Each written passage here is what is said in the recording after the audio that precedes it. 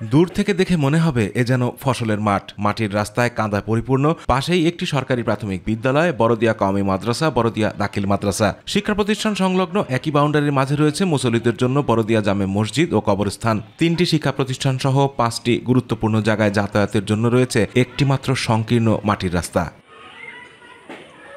বর্ষা মৌসুমে সামান্য বৃষ্টি হলে পুরোপুরি কাদা পানিতে ভরে থাকে সড়কটি। প্রায় 3 কিলোমিটার এই কর্দমাক্ত মাটির রাস্তা পাড়ি দিয়ে কোমলমতি শিক্ষার্থীদের যেতে হয় শিক্ষা প্রতিষ্ঠানগুলোতে। এজন্য ক্ষুদে শিক্ষার্থীদের অনেক সময় কাদা মাটিতে পড়ে বই খাতা, নষ্ট হয় পোশাক।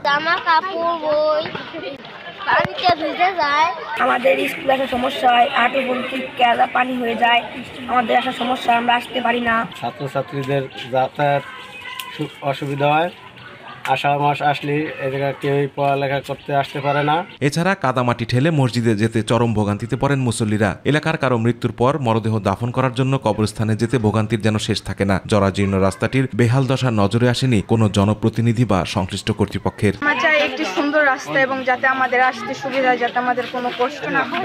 এই রাস্তা না হলে এখানে প্রায় 700 থেকে 800 ছাত্রছাত্রী পড়াশোনা করে, তাদের পড়াশোনা এক জায়গায় ধরতেছে। রাস্তাগুলো এমনভাবে কাদা হয় যে ছেলেমেয়েরা আসতে কারো বই পড়ে যায়, কেউ আষাঢ় খেয়ে কাপড় নষ্ট হয়ে যায়, বিধায় তারা প্রতিষ্ঠানে আসতে পারে না। রাস্তাটি সংস্কার করে এলাকাবাসীর যেন ভোগান্তি দূর হয়, এজন্য প্রয়োজনীয় ব্যবস্থা গ্রহণ করা হবে বলে জানিয়েছে উপজেলা প্রশাসন।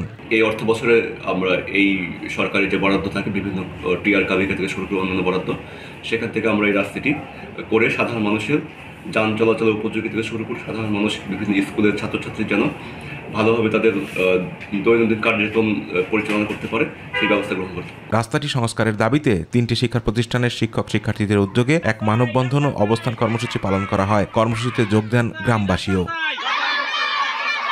আতিকুর রহমান তিতাস, মাই টিভি।